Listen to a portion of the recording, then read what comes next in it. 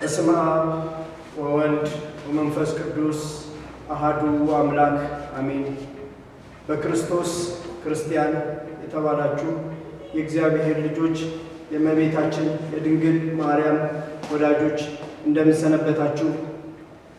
እንኳን ለጌታችን ለመድኃኒታችን ለኢየሱስ ክርስቶስ ብርሃነ ልደቱ በሰላም በጤና አደረሳችሁ።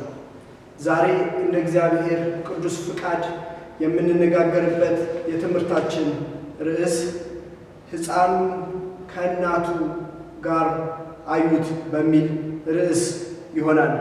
ይህንን ቃል የምናገኘው በማቴዎስ ወንጌል ምዕራፍ 2 ቁጥር 11 ላይ ይሆናል። ቃሉን የጻፈልን ቅዱስ ማቴዎስ ሲሆን የተናገረው ለጥበብ ሰዎች ይህንን ሕፃኑን እንዳገኙት የሚያስረዳ ነው። እንግዲህ ጌታችን መድኃኒታችን ኢየሱስ ክርስቶስን በቤተልሔም ያዩት የጥበብ ሰዎች ሕፃኑን ከእናቱ ጋር ነው። የዚህ የትምህርት ዓላማ እናቱን ከሕፃኑ መለየት እንደማይገባ፣ በሕይወታችን ሙሉ እናቱን ከሕፃኑ ጋር አብረን ይዘን ወደፊትም በመንግሥተ ሰማያት በምንገባበት ጊዜ ከእርሱ ከንጉሣችን ጋር አብረን እንድንኖር ለማድረግ ነው። እግዚአብሔር አምላካችን ከልደቱ በረከት ይክፈለን፣ አሜን። እንግዲህ ጌታችን መድኃኒታችን ኢየሱስ ክርስቶስ የጥበብ ሰዎች ከሩቅ ምስራቅ ሀገር ተነስተው ሲመጡ 2 ዓመት ሙሉ ደክመው ነው የደረሱት። ቤተልሔም አካባቢ እስከሚደርሱ ድረስ ሲመራቸው የነበረው ኮከብ ነው። ኮከቡ በሰው ቁመት ያህል ቀርቦ እየመራቸው ሰው ፊት ሲደርሱ ደግሞ ይሰወርባቸው ስለነበረ በዚህ አካባቢ ንጉሥ ተወልዷልን እያሉ ይጠይቁ ነበር። ሕፃኑን ለማግኘት የደከሙት ሌትም ቀንም ሲደክሙ ኖረው ሰው አካባቢ ሲደርሱ ኮከቡ ስለሚሰወርባቸው ስለሚጠፋባቸው እዚህ አካባቢ ንጉሥ ተወልዷል ይሉና ይጠይቁ ነበር። ሰዎች ስላላወቁ የሚሉትም ስላልገባቸው በኋላ ቤተልሔም አካባቢ ሲደርስ ኮከቡ በቀስት ምልክት እየጠቆመ እዚህ መሆኑን ነገራቸው። በዚህ ወቅት ወደ ቤተልሔም እንደደረሱ ለማወቅ ሀገሩ ላይ ይዘውት የመጡት ወታደሮች ብዙዎች ስለነበሩ 3ቱ ነገሥታት ማንቲሱማር፣ በዲዳስፋ እና ሜልኮ የተባሉ የጥበብ ሰዎች 10,000 ወታደሮች ይዘው መጥተዋል። በአጠቃላይ 30,000 ወታደሮች ይዘው ስለመጡ እስራኤላውያን ወሬው ተስፋፍቶ ንጉሡ ጆሮ ገባ፣ ሰማ።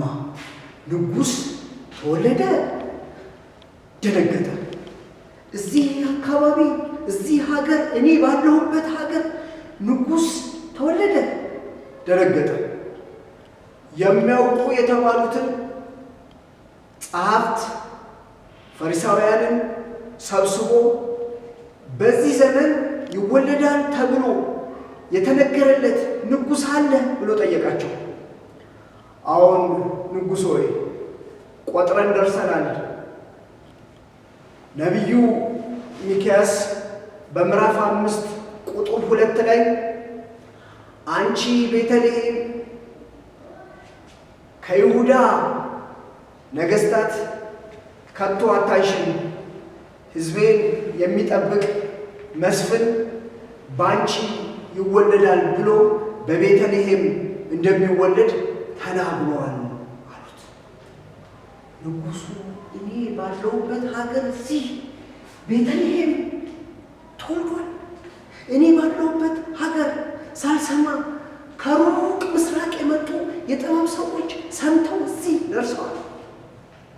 ደነገጠ። ሕዝቡ ታወኩ፣ ፈሩ።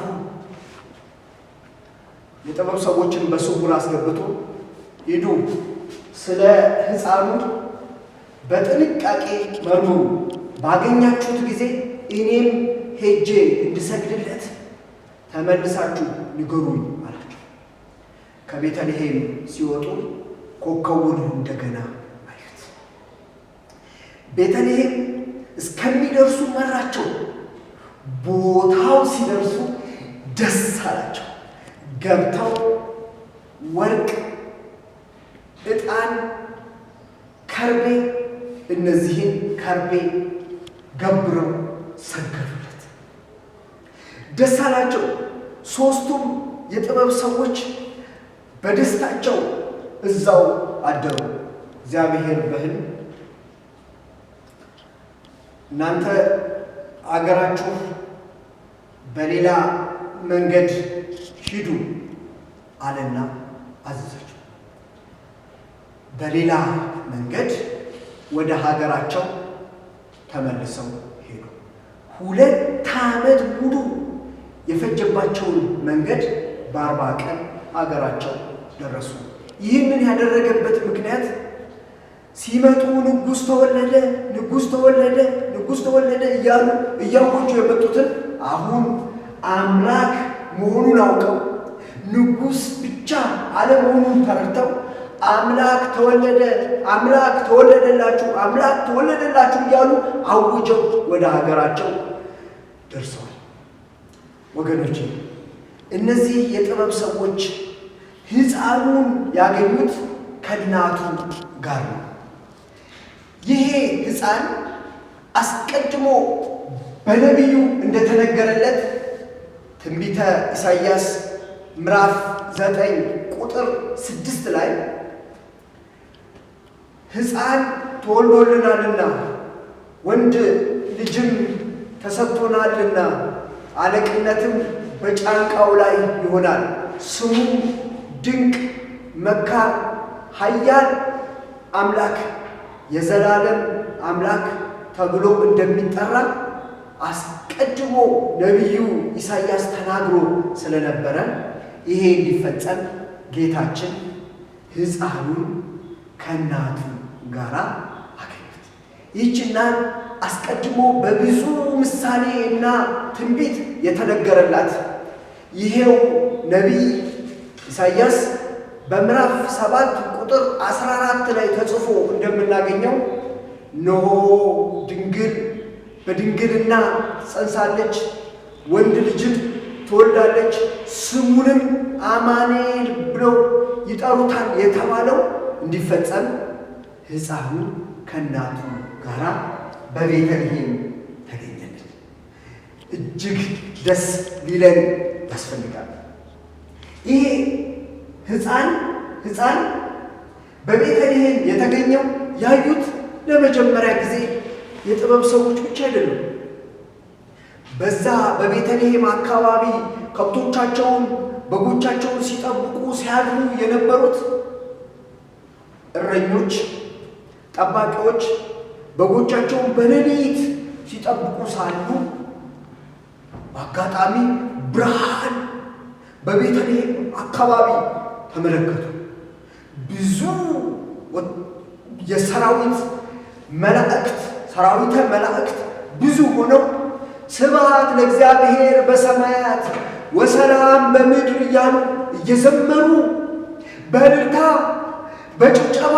በጭብጨባ ወደ ቤተልሔም ብርሃኑ ከቤተልሔም ጀምሮ እነሱ እስካሉበት ድረስ አብርቶ አዩ። ለዚህ ነው ሁላችንም እንኳን ለብርሃነ ልደቱ አደረሳችሁ። የጌታ ብርሃን በራ። ሁሉም በብርሃኑ ደንግጠው ፈርተው ሳሉ መልአኩ ቅዱስ ገብርኤል ተጠግቶ አይዟችሁ፣ አትፍሩ፣ እነሆ ለሁሉም የሚሆን ምስራች ነግራችኋል። ዛሬ በዳዊት ከተማ ንጉሥ ክርስቶስ እርሱም ጌታ የሆነ ተወልዶላችኋል አላቸው። በሉቃስ ወንጌል ምዕራፍ 2 ላይ እንደምንመለከተው ተጽፎ እነዚህ እረኞች ይህንን የምስራች ሲሰሙ እየሮጡ ቤተልሔም ደረሱ። ለጌታችን ሰገዱ። ለእናቱ ለቅድስት ድንግል ማርያም ለዮሴፍ ያዩትን የሰሙትን የመላእክትን ዝማሬ ሁሉ ነገሯቸው። ደስ አላቸው። እናቱ ይህንን ምስጢር በልቧ ትጠብቋለች። እሷ የምስጢር መዝገብ ናትና። ስለዚህ ሰገዱ፣ አዩት። ሲያዩ ግን ወገኖች ሕፃኑን ከእናቱ ጋር ነበር የተመለከቱት። ይህንን ሕፃን አስቀድሞ ያዩ ነቢያት፣ እነዚህ ነቢያት ብዙ ናቸው። ጌታችን ከመወለዱ በፊት ያዩ፣ የተመለከቱ፣ ሲጠብቁ የነበሩት ነቢያት ብዙ ናቸው። ዛሬ የምናከብረውን የጌታችንን የመወለዱን ዜና እነሱ አስቀድመው የተመለከቱት ነበር። ስለዚህ ነው ያንን ቀን እንዲደርሱ ይመኛሉ። ለዛ ቀን እንዲበቁ ይመኙ ነበር። ይጾሙ ይጸልዩ ስለነበረ የገናውን በዓል ከማክበራችን በፊት የነቢያት ጾመን ነው ዛሬ ለዚህ ደስታ የደረሰ። ስለዚህ ሕፃኑን ከእናቱ ጋር አስቀድመው ይመለከቱ ያሉ የነበሩት ነቢያትም ጭምር ናቸው። እነዚህ ነቢያት በብዙ ምሳሌ ጌታን አይተውታል። ከነዚህ መካከል ጌታን ያዩ በዘፍጥረት ምዕራፍ 8 ቁጥር 11 ላይ አባታችን ኖህ ተመልክቱት። ኖህ ከመርከብ ከወጣ በኋላ እኔም ወገኖቼም ልጆቼም ሁሉ ነገ ስህተት ቢሰሩ እንዲሁ ይጠፋሉ ብሎ ሲያስብ ሲጸልይ ወደ ጌታ እሱ በመርከብ ውስጥ አስቀድሞ ነበር። ሕዝቡ ጠፍተዋል። እርሱና 8ቱ ከእርሱ ጋር ቤተሰቦቹ የዳኑት በመርከቡ ነበር። ይሄ የጥፋት ውሃ መጉደሉን እንዲመለከቱ ለመጀመሪያ ጊዜ የላካቸው፣ ሁለተኛ የላከው እርግብን ነበር። እርግብ ከመርከቡ ወጥታ ስትመለስ ይዛለት የመጣቸው የወይራ ቅጠል ነበር። በአፏ ቅጠሉን የወይራውን ቅጠል ይዛ ታየችው። እርግቧ ወይራውንም ቅጠል ይዛ መታየቷ ይሄ ወደፊት በትንቢት ሕፃኑን ከእናቱ ጋር የማየት ምልክት ነው። ይሄ ምሳሌ እርግቧ የድንግል ማርያም ምሳሌ ናት። የወይራው ቅጠል ደግሞ ጌታችን መድኃኒታችን አምላካችንና ንጉሳችን ኢየሱስ ክርስቶስ ነው። ሕፃኑን ከእናቱ መነጠል አይቻልም። የጥፋት ውሃ ጎሏል። የጥፋት ውሃ እየቀነሰ ነው ብላ የምስራች ለመናገር የወይራውን ቅጠል ይዛ የመጣቸው እርግቧ እንደሆነች ሁሉ የዓለም ጥፋት፣ በጨለማ መኖር፣ በሲኦል መታሰር ቀለለ፣ ጠፋ ብላ ያበሰረችን እናታችን ድንግል ማርያም ሕፃኑ ይዛ፣ ስለዚህ በትንቢት ተናግረዋል ማለት ነው። ሌላ አባታችንን አብርሃምን ስትመለከቱት አስቀድሞ ቀኑን ያይ ዘንድ ይመኝ የነበረ አባት ነው። ጌታችንን ለማየት ሲመኝ የነበረ አባት አብርሃም ነው። አንድ ቀን አብርሃም እግዚአብሔር ፈተና አቀረበለት። የምትወደውን ልጅህን ሰዋልኝ ሰዋልኝ። ልጁን ይዞ ወደ ሞሪያ የሚባል ተራራ ይዞት ሄደ። 3 ቀን በኋላ ተራራው ግርጌ ደረሱ። ልጅ ይስሐቅ አንድ ነገር አስታወሰ። አባቴ አብርሃም እንጨቱን ይዘናል፣ የመስዋዕቱን መሠዊያ ቢላ ይዘናል፣ ገመዱን ይኸው አለ። ነገር ግን አባቴ የመስዋዕቱን በግ ረሳነው አለ። አባት ይህንን ጥያቄ ሲጠየቅ ውስጡ እንደሚረበሽ ይታወቃል። ተረበሸ። ነገር ግን ሳያውቀው እግዚአብሔር አናገረው። የመስዋዕቱን በግ እግዚአብሔር ያዘጋጃል። ወደ ተራራው አብርሃም ልጁን እንጨቱን አሸክሞት እሳቱን ቢላውን እና ገመዱን ይዞ ወጡ፣ ሄዱ። ተራራውን ጫፍ ሲደርሱ ይስሐቅ በግ ዙሪያውን ቢመለከት የለም። አባቱ አብርሃም እጁን ወደ ኋላ አድርጎ ሲያስረው ይስሐቅ አባቴ እኔ ልትሰዋኝ ነው አለው። አዎ አንተ የምትጠቀምበት ነው፣ የምትጎዳበት አይደለም። ለእግዚአብሔር አንተን እሰዋህ ነው አለና አጋደሙ፣ አስተኛው። አባቴ አለ ይስሐቅ ቀጠለ፣ እኔን ስታርደኝ ዓይኔን ተመልክተህ እንዳትራራ በጀርባዬ ረደኝ አለና ለአባቱ መከረው። አባቱም እንደተባለው ገልብጦ ቢላውን አውጥቶ ሊያርደው እጁን ሲዘረጋ እግዚአብሔር በድምፅ እንደዚያ አብርሃም አብርሃም ልጅህን ለእኔ እንዳልከለከልከኝ አውቃለሁ፣ አይቻለሁ። በእሱ ፈንታ በጉን ሰዋው አለ። በጉን ሲል የበግ ድምፅ ሰማ። ዓይኑን ዞር ሲያደርግ ዕፀ ሳቤቅ በሚባል ዛፍ ሐረግ ቀንዶቹ የታሰሩ በግ ከግንዱ ሲወጣ ተመለከተ። ይሄ በግ ጌታችን አምላካችን ኢየሱስ ክርስቶስ፣ ሐረጉ ደግሞ ድንግል ማርያም ናት። አብርሃም ያየውን ተመለከታችሁ። እናቱ ከሕፃኑ ጋር ናት።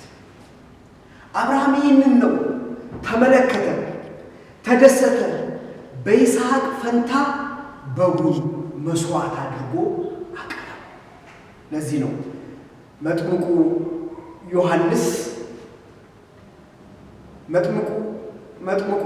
ዮሐንስ ጌታችን ኢየሱስ ክርስቶስን ከሩቅ ተመልክቶ ለደቀ መዛሙርቱ እንደዚህ አላቸው፣ እነሆ የዓለምን ኃጢአት የሚያስወግድ የእግዚአብሔር በግ ይኸውና፣ ተከተሉ። ያ በይስሐቅ ፈንታ የተሰዋ በግ ጌታችን ኢየሱስ ክርስቶስ ነው። እውነትም አብርሃም በትንቢት እግዚአብሔር በጉን ያዘጋጃል ያለው ትንቢት ተፈጸመ። በይስሐቅ ፈንታ በጉ እንደተሰዋ በዓለም ኃጢአት ፈንታ ጌታችን ኢየሱስ ክርስቶስ ለእኛ ለልጆቹ ተሰዋልን፣ ተሰቀለልን። ጌታችን ይህንን ያደረገው ለእኛ በበግ ምሳሌ መገለጹ መሆኑን እንረዳለን ማለት ነው። ሌሎቹም ነቢያት በተመሳሳይ ጌታን ከእናቱ ጋር አይተውታል። እስቲ ሌላ ምሳሌ ደግሞ እንመልከት። ይህንን በዘጸአት ምዕራፍ 8 ላይ እንመለከታለን። ምዕራፍ 8 ቁጥር 11 ላይ ያየነው ዘጸአት ምዕራፍ 3 ቁጥር 2 ላይ ደግሞ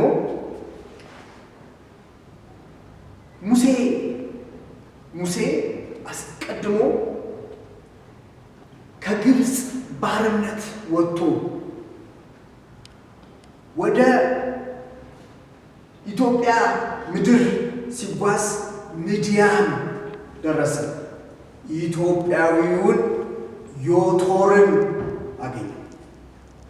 እዛም ሴቶቹ ልጆቹ ጋር አብሮ በጎች ጠባቂ ሆኖ ኖረ። አንድ ቀን በጎቹን ይዞ ሲሄድ ሲና ተራራ ላይ አንድ ታምር ተመለከተ። ታምሩ በዘጸአት ምዕራፍ 3 ቁጥር 2 ላይ የምናገኘው ታምሩ ሐመልማል የሆነ ቅጠል አልደረቀም፣ እርጥብ ነው። ቅጠሉ ላይ እሳት ይነድበታል። እሳቱ ቅጠሉ አላደረቀው፣ አላቃጠለው። እሳቱም ይነዳል፣ ቅጠሉም አብሯል። ይህንን ራእይ ልመልከት ብሎ ወደ ተራራው ወጣ። ሲወጣ ሲቀርብ የእግዚአብሔር ድምፅ ይህ ቦታ የተቀደሰ ነውና ጫማህን ከእግርህ አውጣ ብሎ ሰገደ። ይህንን ሙሴ ተመልክቷል። ይሄ ምሳሌ ቅጠሉ የድንግል ማርያም ምሳሌ ሲሆን እሳቱ እኔ እሳት ነኝ ያለ የጌታችን የኢየሱስ ክርስቶስ ምሳሌ። በእናታችን በቅድስት ድንግል ማርያም ማህፀን 9 ወር ከ5 ቀን በተጸነሰ ጊዜ ይሄ እሳታዊ አምላክ በማህፀኗ ውስጥ ሲኖር አላቃጠላትምና ለዛ ምሳሌ ሙሴ የተመለከተው እናቱን ከሕፃኑ ጋር ነበር። ለዚህ ነው የትምህርታችን ርዕስ ሕፃኑ ከእናቱ ጋር አሉት። እነማ ጥበብ ሰዎች፣ እረኞቹ፣ እንደዚሁም ነቢያት እነ አብርሃም፣ እነ ሙሴ፣ እነ ኖህ በዚህ አይነት ተመልክተውት ነበር። እንግዲህ ብዙ ምሳሌዎች በብሉይ ኪዳን የተነገሩት ሁሉ የታዩት ሁሉም እናቱ ከሕፃኑ ጋራ መታየቱ። ሙሴ እስራኤላውያንን እንዲመራ ተመርጦ ሲመራቸው እግዚአብሔር ከእነሱ ጋር ማደር ስለፈለገ በመካከላችሁ አድር ዘንድ መቅደስን ስሩልኝ ብሎ አዟል። መቅደሱ ውስጥ ደግሞ ታቦት እንዲሰራ፣ ታቦቱ ውስጥ ደግሞ ጽላት እንዲቀመጥበት አዟል። ይሄ ጽላቱ ላይ የተጻፈ የእግዚአብሔር ቃል ይህንን በዘጸአት ምዕራፍ 25 ቁጥር 9 ጀምሮ የምናገኘው ታሪክ ነው።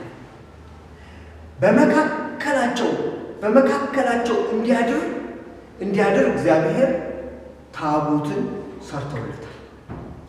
ይህ ታቦቱ ጽላቱ ጋር አብሮ ነው የሚቀመጠው።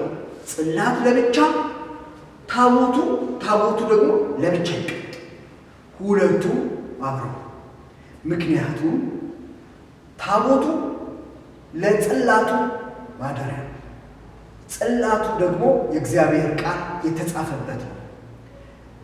በዮሐንስ ወንጌል ምዕራፍ 1 ቁጥር 1 ላይ በመጀመሪያ ቃል ነበረ፣ ቃልም በእግዚአብሔር ዘንድ ነበረ፣ ቃልም ራሱ እግዚአብሔር ነበር የተባለው የእግዚአብሔር ቃል ጽላቱ ሲሆን ታቦቱ ደግሞ ድንግል ማርያም ናት።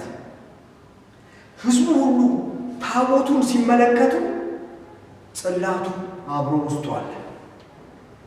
ጽላቱን ከታቦቱ ነጥሎ ማየት አይቻልም፣ ማስቀመጥም አይቻልም። ይሄ ምሳሌ የታየው እናቱ ከሕፃኑ ጋር አብረው የመኖራቸው ምሳሌ የመታየታቸው ጉዳይ ነው ማለት ነው። ሌላ በዚህ በታቦቱ አካባቢ ለእግዚአብሔር የሚበራ መብራት አለ። ያ እሳት ነው። እሳቱ መቅረዝ በሚባል ሰባት የሆኑ ቅርንጫፎች ያሉት መብራት ማብሪያ አለ። ያ መቅረዝ የሚባለው በቤተ መቅደስ ውስጥ ሁል ጊዜ እንዲያበራ የታዘዘ ያ ምሳሌ ነው። ይሄም ዘጸአት ምዕራፍ 25 ቁጥር 31 እስከ 40 ላይ ተጽፎ የምናገኘው። መብራቱ ሲያበራ ብርሃኑን የምንመለከተው መቅረዝ ላይ ነው እንጂ ለብቻው ተቀምጦ አይደለም። እዛ መቅረዙ ላይ ብርሃን ይበራል። ይሄ ብቻውን ማብራት አይችልም። ብርሃኑ ወይም እሳቱ የምንመለከተው መቅረዞቹ ላይ ነው የሚያበራ። ይሄ ምሳሌ ነው። ይህንን የምናየው መቅረዝ ከእሳቱ ጋር እንደሆነ እዚህም በቤተልሔም እናቱ ቅድስት ድንግል ማርያምን ብርሃን የሆነ ከጌታችን ከኢየሱስ ክርስቶስ ጋር እናያለን። እርሱ የዓለም ብርሃን ነውና በዮሐንስ ወንጌል ምዕራፍ 8 ቁጥር 12 ላይ እኔ የዓለም ብርሃን ነኝ ብሏልና። ስለዚህ ሕፃኑ ከእናቱ ጋር ነው የሚታየው። ይቺ እናት ቅድስት ድንግል ማርያም በድንግልና ጸንሳ በድንግልና እንድትወልድ የሆነች በመሆኗ ነቢያት አስቀድመው ይመለከቷል፣ ከሩቅ ሆነው ይመለከቷት የነበሩት እናቱ ከሕፃኑ ጋር ነበር። አንድ ጊዜ አሮን እና ሙሴ ስለሚመሯቸው ይቃወሙ የነበሩት ሰዎች ለምንድን ነው እነዚህ ወንድማማቾች ወንድምና ወንድም ለምንድን ነው የሚመሩ? እኛም እንደነሱ ካህናት መሆን አለብን ብለው ሲቃወሙ እግዚአብሔር የሚወደውን ለመምረጥ ምልክት ለመስጠት ስለፈለገ ሙሴ ከቤተ እስራኤል ወገን የሆኑ 12ቱም ነገድ 12 ዱላ ሰብስበህ ስትጸልይበት ዳር በአንዱ ሰው ዱላ ላይ ምልክት ሰጣ። ምልክቱ የአሮን ዱላ ላይ ቅጠል አውጥቶ አበባ ለምለም የሆነ ቅጠል አውጥቶ ከዛም በኋላ በዛ በቅጠሉ ላይ ፍሬ ለውዝ ምንለው ለውዝ ተመለከቱ። እናቱ ከሕፃኑ ጋር የማየታቸው ምሳሌ ነበር ማለት ነው። በዚህ በዘኍልቍ ምዕራፍ 17 ቁጥር ከ1 እስከ 11 ድረስ ባለው አሮን ለመቃወም የመጡ ዳታን፣ አቤሮን እና ቆሬ በተቃወሙት ጊዜ ሙሴን ያዘዘው ያ በትር አለምልሞ አበባ አውጥቶ ፍሬ እንዳሳየ ለሕዝቡ ሁሉ ምልክቱን እንዳመለከታቸው እንደዚሁ ዛሬ እናታችን ቅድስት ድንግል ማርያም እውነተኛውን የማኅፀኗን ፍሬ በማሳየቷ በአሮን በትር ትመሰላለች። የአሮን በትር ድንግል ማርያም ናት። የማኅፀኗ ፍሬ ጌታችን ኢየሱስ ክርስቶስ ነው። እርሱ እንዳለው በመጽሐፍ ቅዱስ በሉቃስ ወንጌል ምዕራፍ 1 ቁጥር 48 ላይ አንቺ የተባረክሽ ነሽ፣ የማኅፀንሽ ፍሬ የተባረከ ነው የተባለው ያ የአሮን ፍሬ ዱላው ለምልሞ ቅጠል አውጥቶ አበባ አሳይቶ የነበረው ዱላው የድንግል ማርያም ምሳሌ፣ ፍሬው ደግሞ ጌታችን መድኃኒታችን ኢየሱስ ክርስቶስ ነው።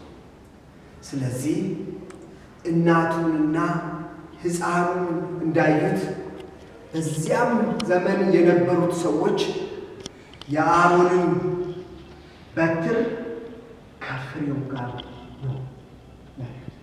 ይሄ ምሳሌ ጌታችን ኢየሱስ ክርስቶስ እንደዚህ በምሳሌ ነቢያት ሲመለከቱት ነበር ማለት ነው። ሌላው እንግዲህ በቤተ መቅደሱ ውስጥ መሶበ ወርቅ ሁል ጊዜ ይታያል። መሶበ ወርቁ ጥቅሙ ህብስቱን የምናይበት ነው። ህብስቱን ለብቻው አይቀመጥም። በመሶበ ወርቁ ውስጥ ነው የምናገኘው። ይህንን ታሪክ በመጽሐፍ ቅዱስ የምንመለከተው የድንግል ማርያም ምሳሌ መሆኑን በአንደኛ ነገሥት ምዕራፍ 19 ላይ በሰፊው ተጽፎ ድንግል ማርያምን ምሳሌ እናገኛለን። በምዕራፍ 19 ከቁጥር 5 ጀምሮ እስከ 7 ላይ ተጽፎ የምናየው ነቢዩ ኤልያስ ኤልዛቤል የተባለች ንግሥት፣ ክፉ ንግሥት ተነሳችበት። ነቢዩ ኤልያስን አሳደደችው። ይሄ ነቢዩ ኤልያስ በተሰደደበት ጊዜ ረጅም መንገድ ሄዶ ሲደክመው ከዛ በታች እዛው እንቅልፍ ወሰደ፣ አንቀላፋ። መልአክ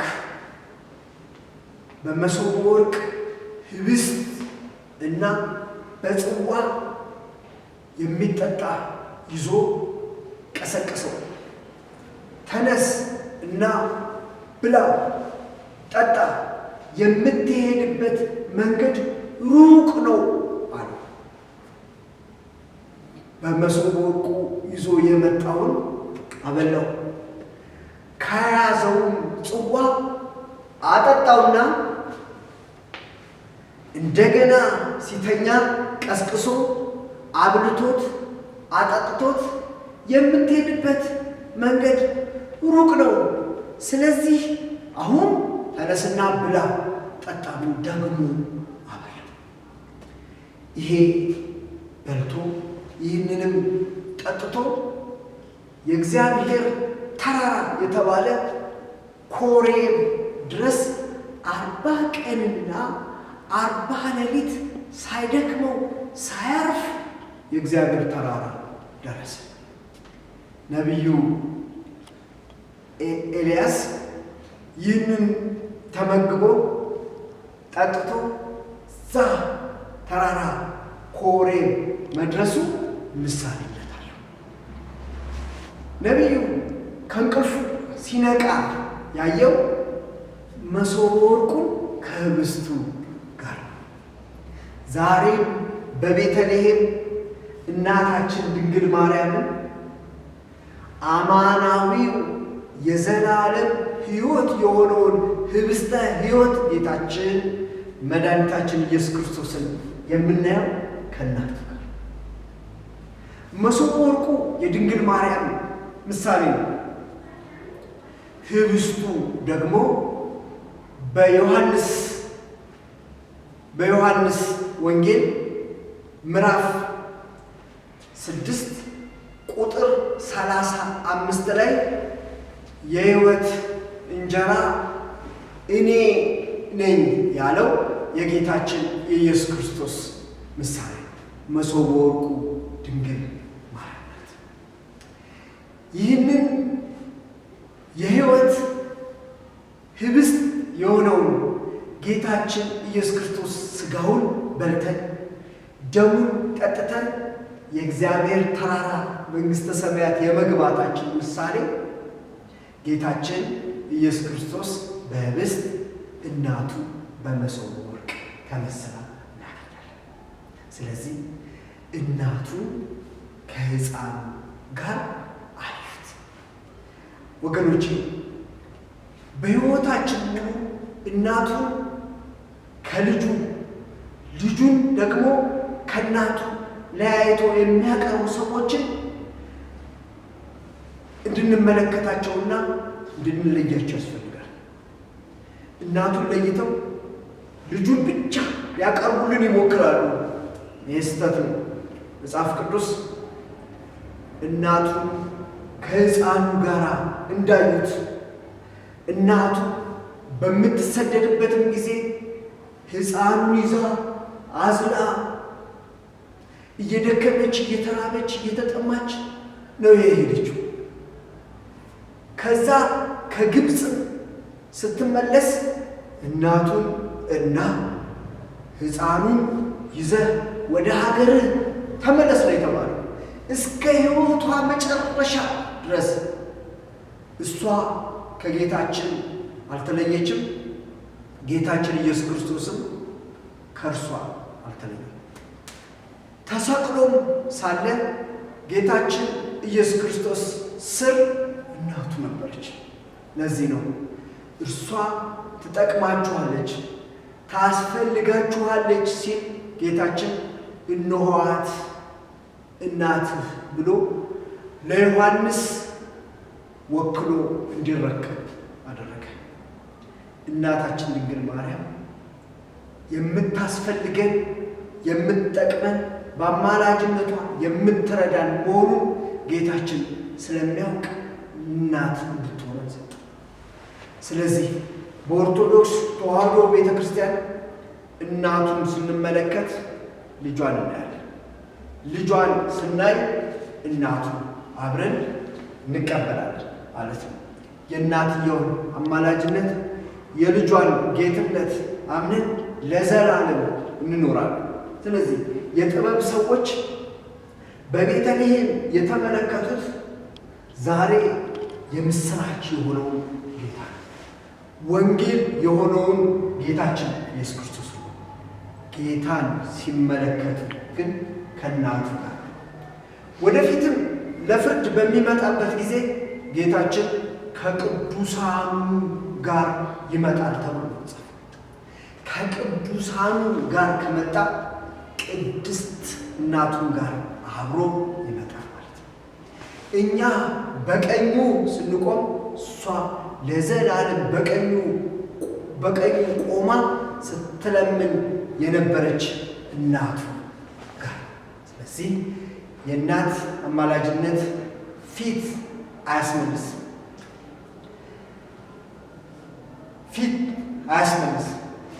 አንገት አያስቀርስም። ስለዚህ እናቱ በለመነችው በእርሱ ቸርነት ሁላችንም ተሰብስበን መንግሥተ ሰማያት እንገባለን። ነገር ግን እናቱን ጠልተው ልጇን ብቻ የሚሉ ሰዎች የሚያሳዝኑ ሰዎች ናቸው። ከስንዴው እበላለሁ ምድር ምን ይጠቅመኛል የሚሉ ይመስላሉ። ምድር ስንዴው ያበቀለ እሷም ሁል ጊዜ ይህንን የድንግል ማርያምን ስዕል ስንመለከት ወንጌልን ያስታውሳል። ወንጌሉ ምን ይላል? አንቺ የተባረክሽ ነሽ፣ የማህፀንሽን ፍሬ የተባረከ። ሁል ጊዜ ይሄንን ስዕል ስንመለከት ወንጌልን እናስታውሳለን። ወንጌሉ እሷ ቡርክት ፍሬዋ የማህፀኗ ፍሬ ቡሩክ መሆኑን ጽፎልናል። ይህንን ያስታውሰናል። እኛም አንቺ የተባረክሽ ነሽ፣ የማህፀንሽን ፍሬ የተባረከ ነው እያልን ለዘላለም በኦርቶዶክስ ተዋህዶ ሃይማኖታችን ጸንተን እንኖራለን። ለዚህም የድንግል ማርያም አማላጅነት የእሷ ልጅ የጌታችን የኢየሱስ ክርስቶስ ቸርነት አይለየን። ወስብሐት ለእግዚአብሔር።